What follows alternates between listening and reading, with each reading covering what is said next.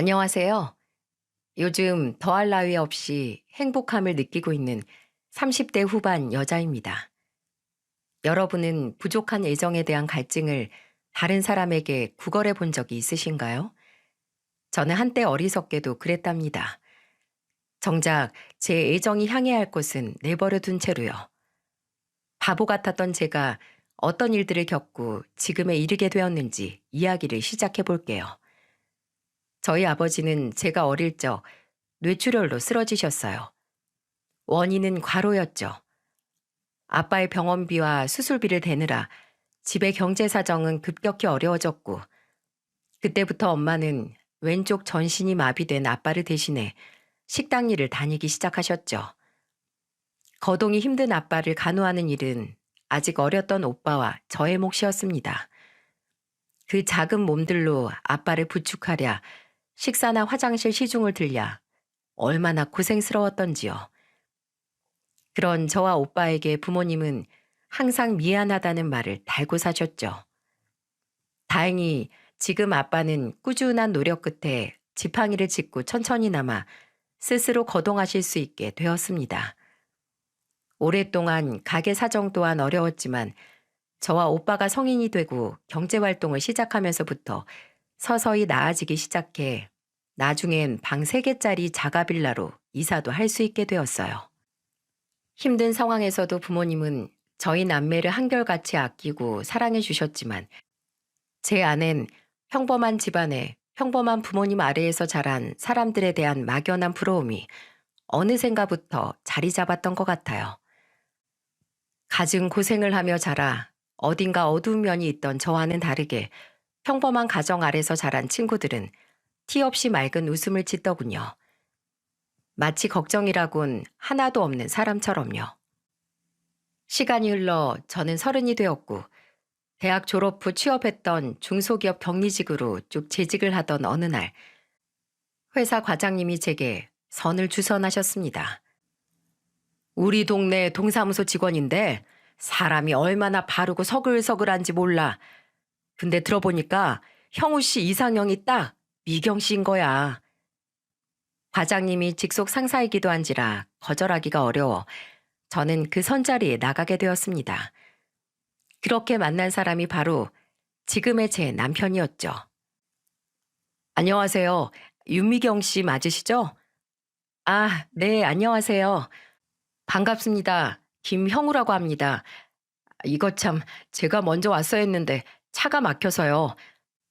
죄송하니까 오늘 저녁은 꼭 제가 사겠습니다. 과장님 말씀대로 남편은 첫인상이 참 좋았어요.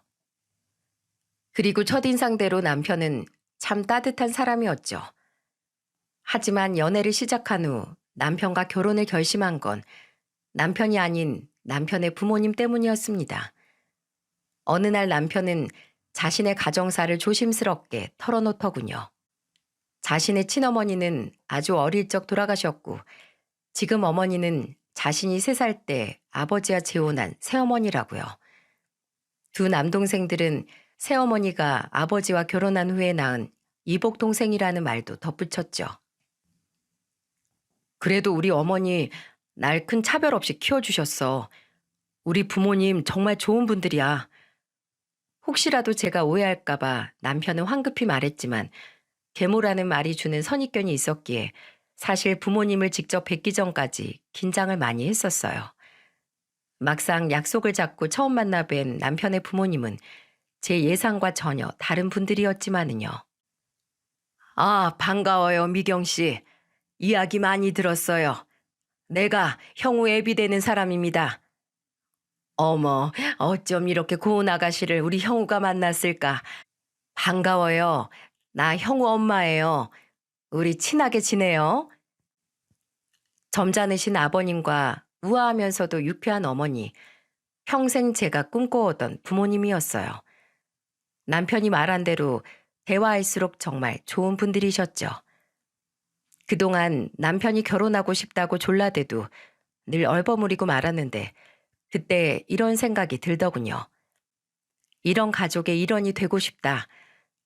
당시 전 제 부모님을 너무 사랑하면서도 항상 돈에 쪼들리는 엄마와 아프신 아빠가 내심 짐처럼 느껴졌습니다.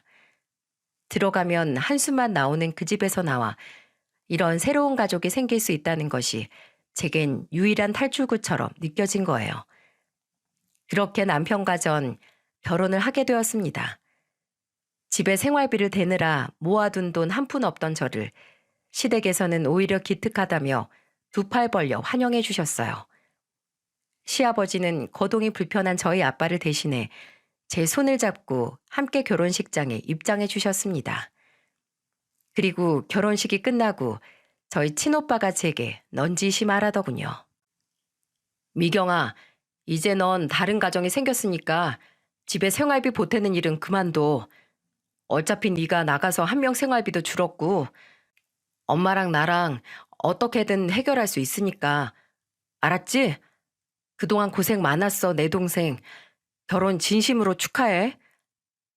겨우 눈물을 그쳤던 전 오빠의 말을 듣고 다시 펑펑 울었습니다.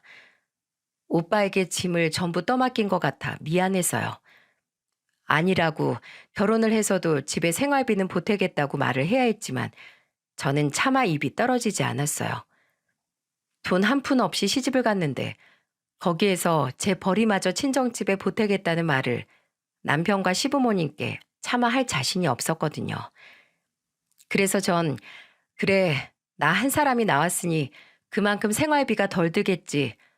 나 한 사람 정도의 손은 덜어도 괜찮아 하며 애써 자기 합리화를 했습니다. 이후 결혼 생활은 정말 행복했어요.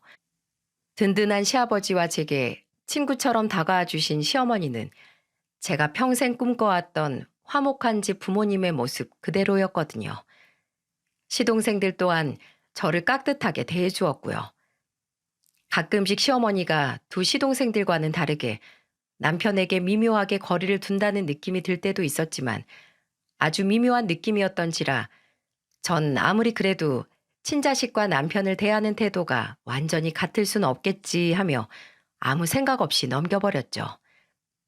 그렇게 제 행복은 언제까지나 지속될 줄 알았는데 2년 뒤 어느 날 시아버지께서 갑작스러운 사고로 돌아가셨습니다.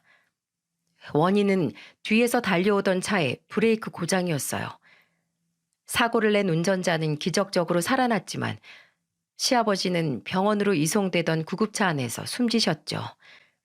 청천벽력 같은 일을 겪은 가족들은 아주 많이 힘들어했습니다. 그런데 시어머니의 태도가 아버님의 죽음 이후 남편에게만 점점 달라졌습니다. 시어머니의 생신 땐 힘들게 오지 말라는 말씀을 무시하고 시어머니가 보고 싶어 무작정 남편과 찾아갔었는데 시동생 2명과 시어머니 이렇게 셋이서만 저녁을 먹고 있더군요. 그날 머쓱해하던 남편과 떨떠름해하던 시어머니의 표정이 잊혀지질 않네요. 영문도 모르고 차가워진 시어머니의 태도와 덩달아 멀어진 시동생들과의 관계에 남편은 참 힘들어했습니다. 그 이유를 알게 된 건 아버님이 돌아가신 지 6개월 후 제가 첫 유산을 했을 때였어요. 당시 힘들었던 회사 일과 건강 악화가 겹친 데다 그로 인해 유산까지 하게 되었으니 제 몸 상태가 말이 아니었죠. 그토록 오래 다녔던 회사에서 퇴사까지 했을 정도니까요. 남편은 시어머니에게 제가 유산했다는 소식을 전하려 시어머니에게 전화를 했습니다. 오랜만에 듣는 시어머니의 목소리는 참 싸늘했어요. 첫째가 유산을 했다고? 다 큰 여자애가 자기 몸 관리도 제대로 못하고 행실이 방정하지 못하니 제 하나 못 지키지. 아니 어머니, 유산이 무슨 이 사람 탓인가요? 그냥 사고인 거죠. 무슨 말씀을 그렇게 서운하게 하세요? 내 말이 틀렸니? 너도 어디서 그렇게 변변찮은 애를 데려와가지고 꼭 지아비랑 똑같아. 건강하지 못한 여자를 고르는 게 아주 딱 유전인 게야. 어머니, 지금 제 친어머니를 말씀하시는 거예요? 돌아가신 제 친어머니, 가난했던 저희 아버지 뒷바라지 하다가 지병을 얻으셨던 거예요. 그렇게 어머니한테 무작정 비하당할 뿐이 아니라고요. 이제 네 아버지도 죽은 마당에 날 엄마 대접할 필요 없다 이거니? 어디서 그렇게 바락바락 대들어? 오히려 절 친자식 취급 안 하신 건 지금 어머니시잖아요. 나는 여태껏 40년 가까이 널 키워줬어. 내가 뭐라고 하건 넌 내 말에 다 네 해야 하는 거라고. 알아들어? 가뜩이나 내 새끼들은 전문대 나와 중소기업에서 쥐꼬리 많아 월급 받고 고생할 때 너만 네 아버지가 돈 잔뜩 퍼다 줘서 나랏밥 먹는 공무원 만든 것도 마음에 안 드는데 그 정도 해줬으면 됐지. 네가 뭔데 나한테 따지고 들어? 따지고 보면 네가 공무원 된 것도 다 내 덕인데 그럼 뭐 내가 피도 안 섞인 네 자식 유산된 일로 호들갑이라도 떨어야 하니? 저 말을 마지막으로 시어머니의 전화는 뚝 끊어졌죠. 그렇습니다. 남편과 저에게 그렇게 자상했던 시어머니는 그저 시아버지가 살아계시는 동안 갖은 가식으로 자신을 치장해 시아버지와 남편 앞에서 연기를 했던 거였어요. 시아버지가 돌아가신 후 두 시동생들과 시아버지의 재산을 나란히 차지하자 더 이상 제 남편 앞에서 가식을 떨 이유가 없어졌던 거죠. 전화가 끊어진 후 이게 무슨 일인가 싶어 남편과 저는 아무런 말도 못했습니다.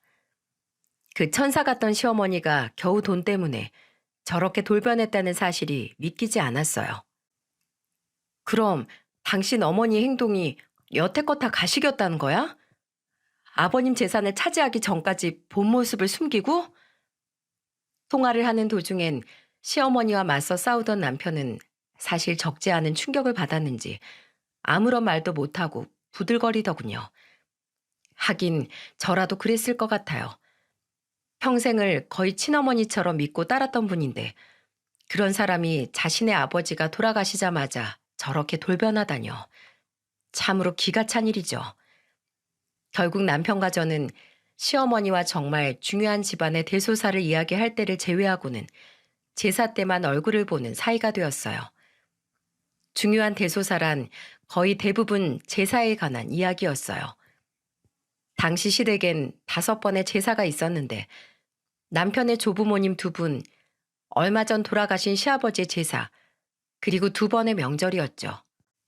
여러분들은 사이가 이렇게 틀어진 마당에 왜 이렇게 다 같이 제사를 지냈냐 하시겠지만 저희 시아버지가 워낙 조상님을 모시는 데엔 정성을 다하셨던 분이라 저와 남편 또한 차마 모른 척 할 수가 없었거든요. 게다가 시어머니 또한 조상에게 밉보이면 화를 산다는 믿음이 있었던 분이라 행여 제 자식들에게 해가 될까 걱정이 됐는지 그렇게 시아버지 욕을 하시면서도 제사는 꼬박꼬박 챙기더라고요. 하지만 시어머니의 냉대는 제사를 지낼 때도 이어졌습니다. 원래는 다 같이 모여 했던 음식과 제사상 차리기, 뒷정리까지도 모두 제게만 시키기 시작한 겁니다. 그 외 굳은 일은 대놓고 남편에게만 시켰고요. 한마디 할 법도 하건만 남편은 그런 시어머니에게 아무 말도 하지 않고 묵묵히 일하더군요. 처음엔 눈치를 보던 시동생들도 점점 일을 하는 저와 남편을 보고도 당연하게 소파에 드러누워 TV를 보기 시작했죠. 시아버지가 돌아가신 후 첫 제사를 지내고 집으로 돌아온 날, 저는 남편에게 크게 화를 냈습니다. 당신, 어머님이 당신하고 나한테만 그렇게 일을 시키시는데 왜 가만히 있어? 왜 아무 말도 못해? 가뜩이나 유산하고 몸도 많이 망가졌는데 나 힘들어하는 건 안 보여? 미안해. 많이 힘들지, 여보. 그래도 아버지가 그토록 중요하게 생각하셨던 제사인데 적어도 나와 당신 손으로 직접 조상님들 제사상을 차려드리고 싶어서 그랬어. 어머니가 시켜서 그런 게 아니고 지금은 이렇게 같이 제사를 모시지만 조만간 내가 어떻게든 제사를 가지고 올게. 지금은 어머니가 제사를 나한테 안 넘기려고 하시더라고. 제사를 나한테 넘겨서 동생들 잘못되면 내가 책임질 거냐고. 그러니까 그때까지만 당신이 조금만 참아주면 안 될까? 내가 집에 돌아오면 당신 손에 물방울 하나 안 묻히게 할게. 어? 미안해, 미경아. 제 남편 참 바보 같죠? 하지만 저는 그런 남편의 말을 차마 매몰차게 거절하지 못했습니다. 생전 제게 너무도 잘해주셨던 시아버지의 모습이 떠올라서요. 저는 처량해 보이는 남편의 모습에 한숨을 푹 쉬고는 마지못해 알았다고 대답했죠. 알았어. 그만 미안해. 당신만 아버님 생각하는 거 아니야. 나도 우리 아버님 참 좋아했어. 당신도 잘 알잖아. 알지, 알아.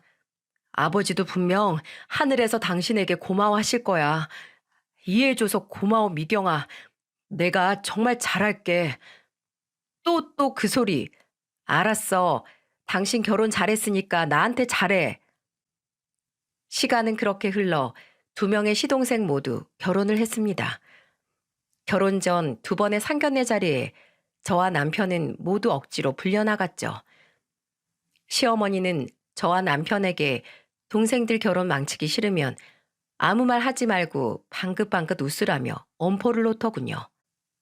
사실상 시동생들이 시어머니 때문에 저와 남편과 멀어졌다 뿐이지 직접적으로 우리에게 못된 언행을 한 적도 없었고 또 어찌됐든 남편과 같은 아버님의 자식이니 남편과 저는 그저 아무 말 없이 장단을 맞춰주었습니다.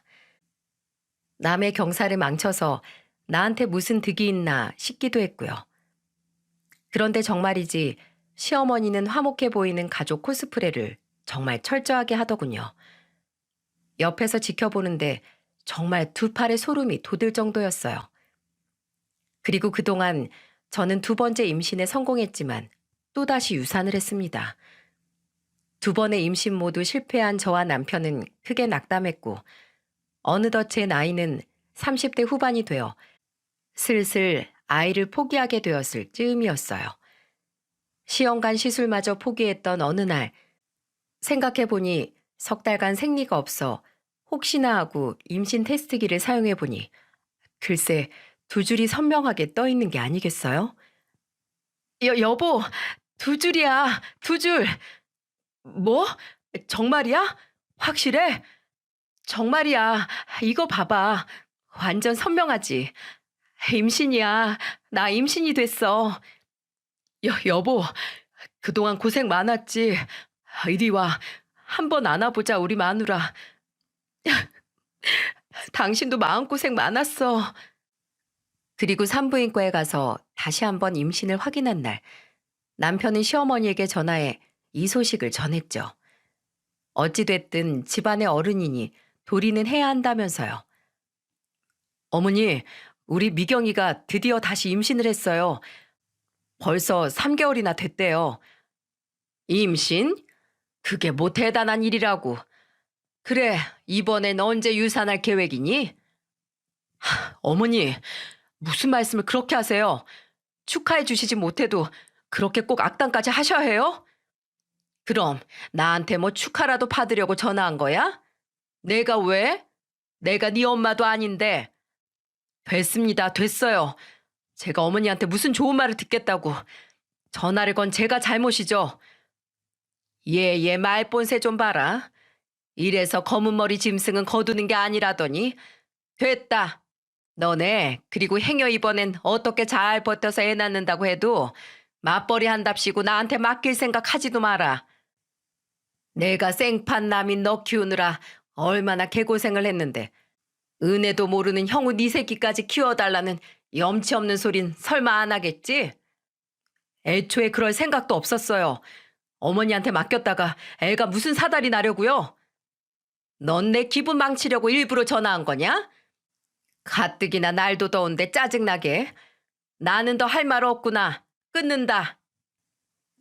할 말을 마친 시어머니는 여느 때와 같이 전화를 멋대로 뚝 끊어버렸습니다.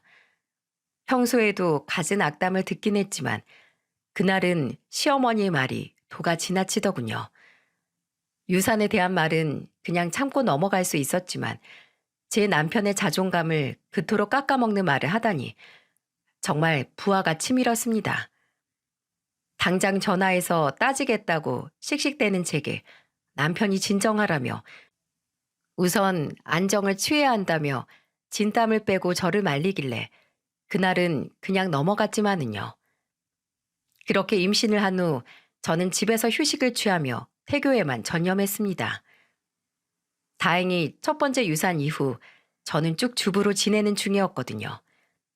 배는 점점 불러왔고 그렇게 임신 7개월이 되었을 무렵 저와 남편은 시아버지의 제사를 지내러 시댁에 가게 되었습니다. 설마 너 임신했다고 손 하나 깠다가 안 할 생각은 아니지?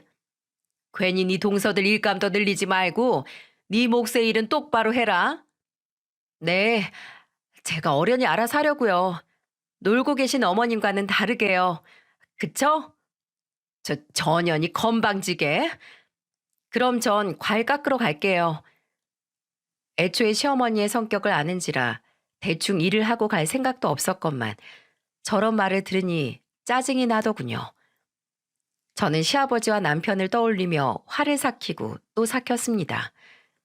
그런 저를 몰래 위로해준 사람은 다름 아닌 우리 동서들이었죠. 어머님 정말 말씀을 왜 저렇게 하신대요? 형님, 몰래 쉬엄쉬엄 하세요. 저희가 다 할게요. 그러게요. 둘째 형님 말씀대로 하세요, 형님. 결혼할 때까지만 해도 세상 깨어있는 시어머니인 척 하시더니 결혼하고 나서 보니까 제 남편 손에 물 한 방울 묻히는 꼴을 못 보시는 거 있죠? 내 말이 그 말이야. 우리 남편하고 막내 서방님은 팔자 좋게 TV만 보고 있고 어머님이 저렇게 가부장적인 분일 줄 누가 알았겠어? 깜빡 속았지 뭐. 저희가 제사 끝나고 나면 며칠은 저한테 납작 엎드리니까 참아주는 거죠. 거기다 큰아주버님은 어머님 친자식이 아니라고 막 부려먹으시는 거 보면 정말 소름 돋는다니까요. 큰아주버님하고 큰형님이 부처 같은 분들이어서 망정이지 아마 저였으면 이미 상 다 뒤엎고 시댁의 발길 뚝 끊었을걸요? 동서들의 말처럼 시어머니는 시아버지가 살아계실 때와는 다르게 제 자식만 귀하다고 생각하는 분이었어요. 저와 남편뿐만 아니라 저한테만큼은 아니지만 동서들에게도 은근히 트집을 잡으며 이것저것 시켰거든요.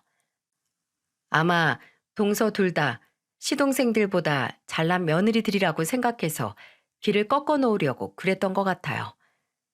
중소기업에서도 진급이 잘 안 되어 근근히 버티고 있던 시동생들과는 다르게 큰 동서는 대기업에 다녔고 작은 동서는 친정이 굉장히 부유했었거든요. 한참 떨어지는 시동생들이 어떻게 그런 잘난 동서들을 만났냐고요? 전부 돌아가신 시아버님의 지인들이 주선한 선자리를 통해서였죠. 동서들 집안의 어른들은 시아버지의 인품만 보고 시동생들의 직업이나 집의 가세가 좀 기울어도 분명 가정교육을 잘 받았을 거라며 흔쾌히 결혼을 진행시켰거든요. 물론 시동생들과 시어머니가 좋은 사람인 척 수많은 가식을 떨었겠지만은요. 마치 시아버지가 돌아가시기 전 남편과 제 앞에서처럼요.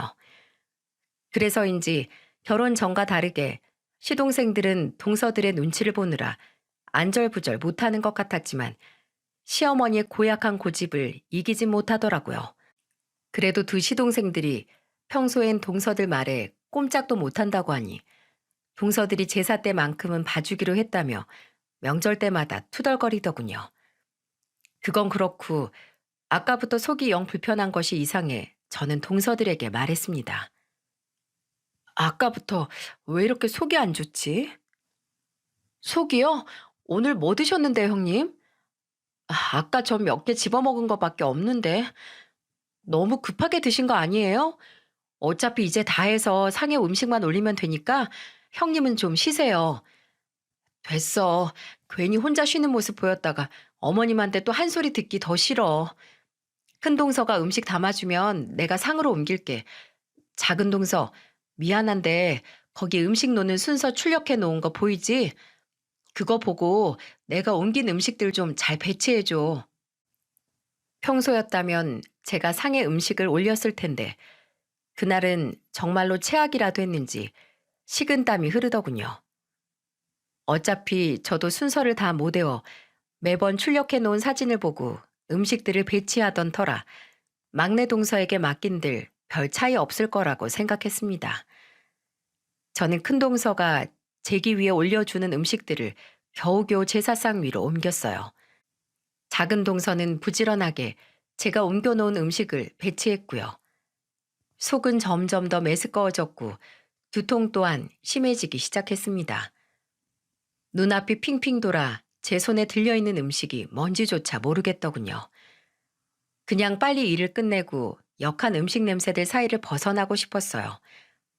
그리고 드디어 마지막 접시를 옮길 때였어요. 귀에 아주 날카로운 음성이 내려 꽂히더군요. 그 말을 듣고 정말 미친 듯이 화가 나 입술이 파르르 떨렸지만 몸 상태가 말이 아니었던 터라 정신이 없어 별말을 못했던 게 지금 생각해도 정말 천추의 한입니다. 야, 너 지금 어디서 꾀를 부려? 머리 좀 컸다 이거야?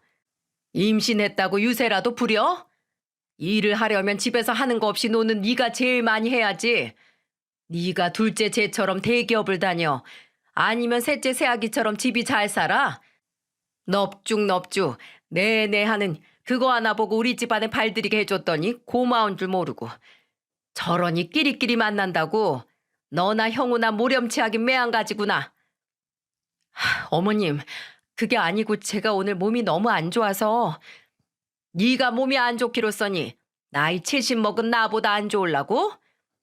아니 음식 올려놓은 꼬락서니가 이게 뭐야? 첫째 너 이제 일을 대충 하다 못해 네 시아버지 드실 음식까지 이렇게 대충 나? 음식 순서가 이게 뭐야? 왜 전이 제일 앞에 와 있어? 아이고 애들 아버지 조상님이 노하시겠네. 설마 너 몰랐다고 못하겠지? 네가 여기서 지낸 제사가 몇 번인데? 어머님, 큰형님은 음식들을 옮겨만 주신 거예요. 제가 잘못 났어요. 사진을 잘못 봤나 봐요. 죄송해요. 허참, 큰애 너 이제 네 동서들한테 변명까지 하게 만드니? 애초에 큰며느린 네가 해야 할 일을 왜 셋째를 시켜? 가뜩이나 몸도 안 좋은데 고성이 양 옆에서 오가니 정말 정신이 사나워 미칠 노릇이었습니다. 아 진짜 그 아줌마 더럽게 꽥꽥대네. 시끄럽다고 좀. 기차 화통을 삶아 먹었나? 뭐라고? 아줌마? 저 년이 누구더라 아줌마래? 그리고 제 말에 잔뜩 약이 오른 시어머니는 정말 그 자리에 있던 누구도 상상하지 못할 행동을 재개하셨습니다. 다들 너무 놀라 그 자리에 굳을 만큼 아주 몰상식한 행동을요. 바로 막내 동서가 잘못 올려놓은 동태전을 집어들어 제 얼굴에 던진 겁니다. 어머니, 이게 무슨 짓이에요? 다행히 옆에서 병풍을 피던 남편이 재빨리 동태전을 손으로 쳐내 제 얼굴에 맞진 않았지만요. 모두 경악해 잠시 침묵이 흘렀습니다. 하지만 그 침묵도 잠시 저는 더 이상 참지 못하고 그 자리에서 구토를 시작했어요. 여보! 형님! 아유, 더럽게 너 지금 바닥에 뭐 하는 거야? 그 인간 같지도 않은 시어머니의 경악이 제가 들은 마지막이었습니다. 구토를 한 직후 제가 혼자를 했거든요. 그 뒤 눈을 떠보니 웬 병실에 제가 누워있더군요. 여보, 형님. 눈을 떠보니 눈물 콧물로 얼굴이 범벅이 된 남편과 마찬가지로 눈이 벌개진 동서들이 보였습니다. 미경아. 그리고 남편이 연락을 했는지 친정엄마와 친오빠까지 병실에 전부 모여있더군요. 우리 딸 괜찮아? 엄마가 다 들었다. 왜 그동안 엄마한테 말을 안 했어? 아이고 이 미련한 거사. 아이고 속상해. 엄마, 난 괜찮은데 아기는? 우리 아기한테 문제 없대? 괜찮아. 너도 네 아기도 무사해. 안 사더니 아니 그 인간 같지도 않은 여자가 여태껏 널 그렇게나 부려먹었다며. 내 그 양반을 가만두나 봐라. 죄송해요. 죄송합니다 장모님. 정말 죄송해요. 다 제 탓이에요. 제가 밀어내서 미경이도 저희 아기도 하마터면 위험하게 만들 뻔했어요. 제 입이 10개라도 할 말이 없습니다. 너 이 자식, 내가 한 대 때리고 싶은 거 겨우 참는 거야. 알아? 우리 엄마 앞이라 봐주는 줄 알라고. 제 여자 하나 못 지키는 이 등신 같은 놈아. 오빠는 화가 머리 끝까지 났는지 계속해서 남편을 노려봤어요. 친정엄마 또한 잔뜩 화가 난 말투로 목소리를 낮게 깔고 남편에게 말했죠. 김서방, 우리 미경이가 사느라 정신없는 나한테 괜한 걱정을 끼칠까 아무 말도 안 했던 모양인데 내가 다 알게 된 이상 안 되겠네. 계속 우리 미경이가 이런 취급을 받게 할 거면 아예 미경이랑 갈라서게. 아이는 우리 집에서 어떻게든 키울 수 있어. 미경이가 태어나면 우리가 데려갈 테니 그리 알아. 엄마, 그만 좀 해. 아무것도 모르면서. 미경이 넌 가만히 있어. 너도 똑같이 잘못했어. 네 아기는 네가 지켜야지. 이게 위험하게 뭐 하는 짓이야. 네가 네 몸을 못 지키면 누가 네 아기를 지켜. 아무 말 말고 친정으로 가. 이 엄마 말 들어. 그래요, 형님. 저희도 너무 화가 나서 형님 구급차에 탈 때 같이 짐 싸가지고 나왔어요. 정말 우리 어머님 상종 못할 분 아닌가요? 가만히 있던 제 남편과 둘째 아주버님도 똑같아요. 저랑 둘째 형님도 앞으로 제사에는 절대 참석 안 하기로 했어요. 막내 동서 말이 맞아요. 저희도 이대로 친정에 갈 거예요, 형님. 어머님하고 남편한테 계속 전화가 오는 것도 안 받고 있어요. 저희도 이대로 집에 갈 거예요. 그리고 두 번 다시 어머님 얼굴 보고 싶지도 않고요. 게다가 함께 병원으로 와준 동서들도 저렇게 거드니 저는 어쩔 줄 모르는 눈으로 남편을 쳐다봤죠. 그런데 남편은 풀이 죽었을 거란 예상과는 다르게 친정 엄마와 오빠만큼 잔뜩 화가 난 표정이었어요. 남편은 치밀어 오르는 분노를 애써 꾹 누르듯 잔뜩 낮아진 목소리로 제게 말했어요. 여보, 장모님 말대로 해. 당분간 처가에 가 있어. 내 바보 같은 미련 때문에 당신과 뱃속의 아이가 위험해질 뻔했어. 내가 단단히 착각하고 있었어. 내 진짜 가족은 당신과 아기인데 어릴 적 추억에 눈이 멀어서 뭐가 중요한지 깨닫지 못했던 거야. 결국 우리 어머니가 아니라 내가 당신과 아기를 위험하게 만든 거야. 여보, 너무 자책하지 말아요. 당신도 일부러 그런 건 아니잖아요. 아니, 다 내 탓이야. 장모님, 형님, 미경이 좀 잘 부탁드릴게요.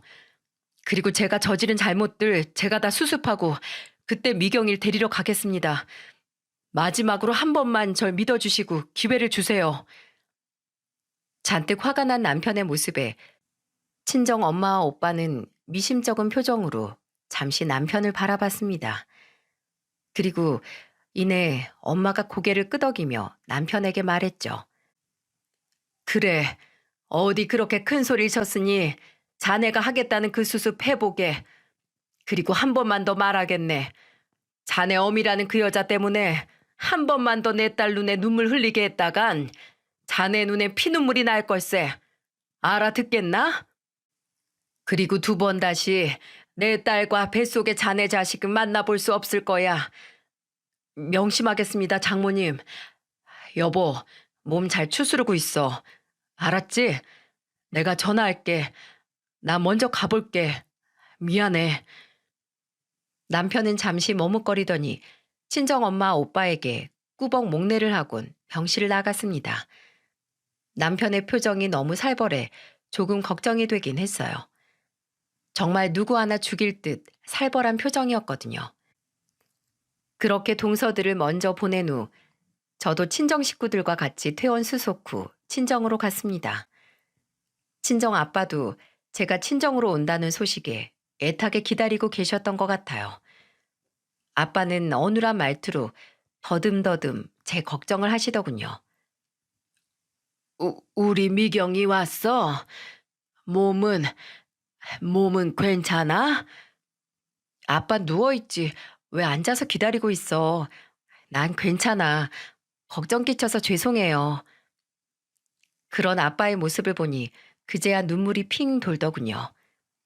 제가 바보같이 참아왔던 일들이 정말 저를 생각해주는 내 가족들의 가슴에 상처를 주는 일인 줄 알았다면 더 일찍 남편을 설득해 시어머니에게서 벗어났을 텐데 하는 후회가 들었죠. 그렇게 이틀 뒤 남편은 친정으로 저를 데리러 왔고 친정 식구들 앞에서 무릎을 꿇더군요.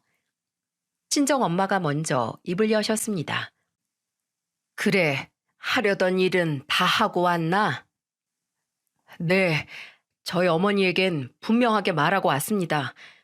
앞으로 아버지 벌이가 없어져 대신 드렸던 생활비 100만 원의 지원은 끊을 거고 지금 집에서도 나가시라고요. 그 집 애초에 아버지 명의가 아닌 제 명의로 샀던 집이거든요. 부모님 노후에 편히 지내시라고 제가 빌려드린 거죠. 어머니는 모르셨겠지만요.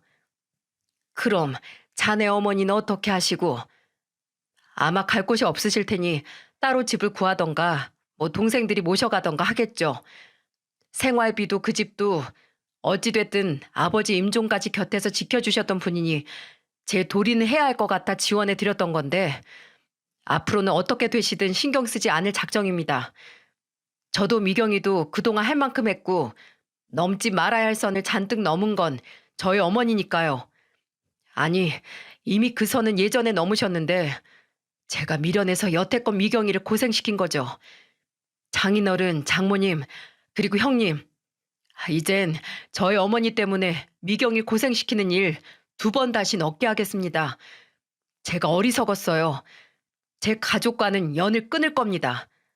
그게 모두를 위한 최선인 것 같으니까요.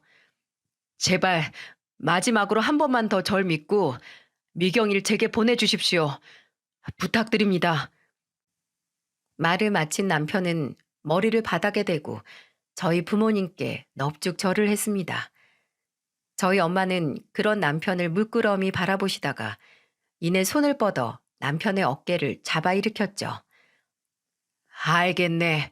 한 번만 더 믿어줌세. 2번 다신 우리 미경이 힘들게 하지 말게. 사실 제일 힘들었을 사람은 김서방 자네였을 텐데 마음고생 많았어. 아닙니다. 죄송합니다, 장모님. 저는 그렇게 다시 남편과 저희 집으로 돌아왔습니다. 많이 힘들어할 줄 알았던 남편의 표정은 오히려 홀가분해 보이더군요. 계속 미뤄왔던 숙제를 드디어 해낸 것 같다면서요. 오히려 지금은 속이 후련하다고 했죠. 내가 단 하나 후회하는 건 내가 더 일찍 어머니를 버리지 못해서 당신과 아기가 더욱 오래 고통받았다는 거야. 정말 미안해. 그리고 나 마지막까지 믿어줘서 정말 고마워, 여보. 당신한텐 항상 미안하고 고맙다는 말만 하게 되네. 그렇게 오랜만에 집으로 돌아와 짐을 풀려던 찰나 초인종이 울렸습니다. 문을 열어보니 글쎄 시어머니가 씩씩대며 저희 집까지 쫓아왔더군요. 어머님? 이년아, 야, 네 년이지? 네가 형우한테 그 집 뺏어오라고 했지? 제사 때 그거 좀 부려먹었기로 써니 나한테 이런 식으로 감히 복수를 해? 어머니, 그만하세요. 이 사람은 상관없다고 제가 몇 번을 말해요. 그새 못 참고 여기까지 쫓아오신 거예요? 도대체 절 얼마나 우습게 하셨으면. 우습다 마다. 평생 절 키워준 엄마를 친엄마가 아니라고 이렇게 박대하는 놈이 우습지. 그럼 안 우스랴? 뭐? 집을 내놔? 내가 내 남편하고 평생을 살아온 집인데 내 집이야. 그 집은 평생 널 키워준 값으로 그 집 하나 못 내나? 참, 네 놈 집인 건 도대체 왜 숨긴 거야? 네 아버지란 작자나 너나 부자가 아주 쌍으로 음흉하기도 하지. 아이고, 아이고, 평생 남의 아들 지극정성으로 키워줬더니 이런 은혜도 모르는 짐승이 있나?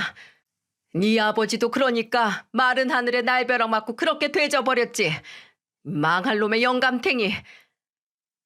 아줌마, 지금 말 다 하셨어요? 저희 아버지 평생 흠잡을 데 없이 존경스럽게 사시다 간 분이에요. 그걸 누구보다 바로 옆에서 지켜보신 분이 어떻게 그렇게 말을 하세요? 존경? 존경 같은 소리 하네.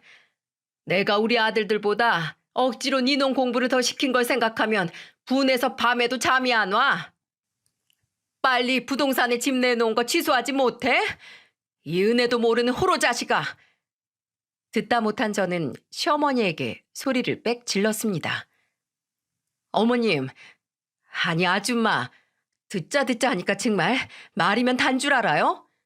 내가 그동안 내 남편 이렇게 착하게 키워줘서 그래도 고마워서 그동안 아무 말도 안 했는데 오늘은 한마디 해야겠네 아줌마. 아줌마, 아줌마 말대로 평생을 그렇게 애지중지 키웠다는 아들한테 뭐요? 호로 자식? 남의 자식한테도 그렇게 잔인하게 말 못하지. 아줌마, 그렇게 살면 나중에 천벌 받아요. 다 늙어서 욕심만 많아가지고 부끄러운 줄이나 아세요. 뭐? 저런 경우 없는 년이? 시어머니의 말이 끝나기도 전에 저는 현관문을 쾅 하고 닫아버렸습니다. 더 이상 들을 가치도 상종할 가치도 없었거든요. 그 뒤로도 얼마나 문을 발로 차고 패악을 부리던지 정말 난리도 아니었습니다. 결국 남편은 가까이 살던 첫째 시동생에게 전화를 했고 얼마 되지 않아 시동생이 시어머니를 거의 끌고 가다시피 데리고 가더군요. 끝까지 바락바락 들리지도 않는 소리를 지르면서요. 그 뒤 남편은 시모가 잠시 집을 비운 틈을 타 열쇠공을 불러 시댁의 도어락을 열고는 새 비밀번호로 바꿔버렸습니다. 어차피 남편 집이었으니까요. 남편 폰으로 시어머니에게 수차례 전화가 왔지만 남편은 받지 않았죠. 아, 저와 남편의 집으로 찾아갔을지도 모르겠네요. 저흰 그럴까봐 미리 친정으로 며칠간 피해 있었거든요. 남편이 꽤 저렴하게 집을 내놓은 터라 집은 빠르게 팔렸습니다. 시댁에 남아있던 짐은 남편이 따로 챙긴 시아버지의 물건들을 제외하고는 창고 컨테이너 하나를 빌려 모조리 옮겨놓았죠. 따로 구매에 달아놓은 시건 장치 열쇠는 시동생에게 전달해 주었고요. 시어머니는 당연히 시동생 둘 중 한 명의 집에서 머물고 계실 줄 알았는데 어느 날 첫째 동서가 제게 전화해서 알려주더군요. 동서들이 시어머니를 모시고 살 거면 이혼할 각오를 하라며 결사반대를 했다고요. 막내 서방님이랑 제 남편이 저랑 제 동서 말이라면 원래 껌뻑 죽잖아요. 저들 엄마는 불쌍한데 이혼은 하기 싫고 그러다 보니 자기들끼리 돈을 모아서 시어머니한테 원룸 월세를 얻어드렸더라고요. 원래 전세를 얻어드리면 안 되냐고 동서랑 저한테 사정사정했는데 제가 싫다고 했죠. 그동안 알게 모르게 저랑 동서도 어머님한테 당한 게 많았거든요. 거기다 형님하고 아주버님한테 하신 행동을 보니까 시어머니께 배려를 해드린다고 한들 저희한테 절대 고마워 안 하실걸요? 그리고 형님, 막내 동선의 친정 부모님 보통 아닌 분들인 거 아시죠? 이번에 시어머니가 막내 동서한테 어떻게 행동했었는지 알고서는 막내 서방님을 불러다 아주 호되게 욕을 하고 혼을 내셨대요. 그리고 이혼 당하고 싶지 않으면 아예 살던 집을 빼고 처가로 들어오라고 해서 울며 겨자 먹기로 동선의 친정에 들어가서 처가살이 하고 있대요. 제사 때 시어머니가 동서를 일시킨 만큼 막내 서방님 아주 머슴처럼 부려지고 있다던데요. 동서가 아주 고소하더라고요. 그렇게 귀하다고 끼고 돌던 시동생들도 시어머니보단 제 아들들이 먼저라며 외면했단 얘기를 들으니 솔직히 씁쓸하면서도 아주 꼬시더군요. 제게 잘못해서가 아닙니다. 누구보다 사랑하는 제 남편에게 평생 지워지지 않을 상처를 주어서죠. 그렇게 평생 시어머니와의 인연은 끊긴 줄 알았는데 얼마 전 모르는 번호로 전화가 왔습니다. 바로 시어머니더군요. 그냥 끊어버리려던 찰나 시어머니가 다급하게 저를 불렀습니다. 예, 첫째야, 끊지 마라. 잠깐만. 전 아줌마랑 더 이상 할 말 없는데요. 며느라, 아니 미경아, 내가 지나보니까 첫째 너만한 며느리가 또 없더라. 우리 예전엔 참 사이좋게 지냈잖니. 우리 미경이 이번에 아들 낳았다면서 너네 맞벌이 해야 하지 않어? 내가 내 손주 돌봐주마. 형우가 내 손에 자라서 그렇게 착하고 바르게 잘 자랐잖니. 내 손주도 내가 잘 키워주마. 너네 집 창고로 쓰는 방 있잖아. 그 방이라도 내어주면 거기서 쥐 죽은 듯이 살게. 애기 봐주는 비용도 한 달에 100만 원만 받으마. 어? 어떠니? 이 아줌마 아직도 정신 못 차리셨네. 끊을게요. 예, 예, 미경아. 100만 원이 많으면 50만 원만 줘도 된다. 제발. 준영이 준호는 그 망할 며느리년들한테 꽉 잡혀가지고 나한테 용돈 한 푼을 안 보내. 내가 네 시애비한테 받은 돈도 진즉 걔들한테 다 나눠줬는데도 입을 싹 닫는다 그 썩을 것들이. 이제 그나마 가지고 있던 돈도 다 떨어져가고 나 월세 낼 돈도 없어. 네 시애미 한 번만 살려다오. 형우는 내 전화도 안 받아. 일정을 생각해서 첫째 네가 말 좀 잘해봐라. 어? 아줌마, 제가 그냥 끊으려다가 진짜 아줌마 인생 불쌍해서 조언 한마디 할게요. 아줌마 인생 그렇게 살지 마세요. 형우 씨 그 사람이 착하고 바르게 자라요? 물론 착하고 바르죠. 근데요, 그 사람 평생을 아줌마한테 버림받을까 봐 눈치 보고 산 사람이에요. 알아요? 저도 처음에 몰랐죠. 근데 그 사람 항상 저한테도 미안하다 고맙다 하면서 제 눈치를 봤어요. 또 자기가 버려질까 봐 무서워하는 유기견처럼요. 아줌마가 정말 그 사람을 친아들처럼 아무런 차별 없이 키웠다면 절대 그 사람이 그럴 리 없어요. 그러니까 제발 2번 다시 저희한테 연락하지 마세요. 아시겠어요? 또 연락하면 그땐 컨테이너에 남아있는 아줌마 짐 그것까지 첫째 서방님한테 열쇠 뺏어서 다 처분해 버릴 테니까 끊어요. 저는 처음으로 시어머니가 끊기 전 제가 먼저 전화를 확 끊어버렸습니다. 마지막으로 할 말 못할 말 다 하니 정말 속이 다 시원하더군요. 남편에겐 시어머니에게서 또 전화가 왔었단 말을 전하지 않았습니다. 겨우 추스렸을 남편의 마음을 괜히 다시 심란하게 만들고 싶지 않았거든요. 그 뒤로 첫째 동서는 결국 이혼을 했다고 들었습니다. 처가살이하는 막내 시동생네는 차마 찾아갈 수 없으니 첫째 시동생네 찾아가서 들여보내달라며 폐악을 부렸다더군요. 착한 자기 아들과 엄마인 자신 사이를 갈라놓게 한 불려시 같은 년이라고 첫째 동서에게 온갖 폭언을 퍼부으면서요. 첫째 동서는 거기서 완전히 학을 뗀 거죠. 시동생은 이혼 못한다고 버티다가 결국 동서에게 이혼 소송을 당했고 평소 시어머니의 만행을 녹음해 증거를 모아놨던 동서의 완벽한 승소로 재판은 끝이 났다고 합니다. 위자료로 동서와 공동 명의였던 집을 빼앗긴 시동생은 시아버지가 남겨준 유산으로 방 2개짜리 낡은 빌라를 전세로 얻어 시어머니와 둘이 살고 있다고 하네요. 막내 시동생은 여전히 막내 동서의 친정집에서 귀 한 번 못 펴고 그렇게 지내고 있을 거고요. 그리고 저희에겐 얼마 전 또다시 좋은 소식이 생겼습니다. 시댁집을 판 돈과 아버님이 물려주신 유산을 합쳐서 아파트로 이사 간 지 얼마 되지 않아 둘째가 생긴 거예요. 예전엔 그토록 원해도 아이가 찾아오지 않더니 이게 다 집안의 제사를 저희가 모셔오니 조상님들이 복을 주신 건 아닐까 하는 생각이 들어요. 물론 저희 첫째는 영재라는 예쁜 이름으로 무럭무럭 자라 얼마 전 2돌이 지났답니다. 이 기쁜 소식을 전해주려 친정엄마에게 전화를 하니 친정엄마가 뛸 듯이 기뻐하시더군요.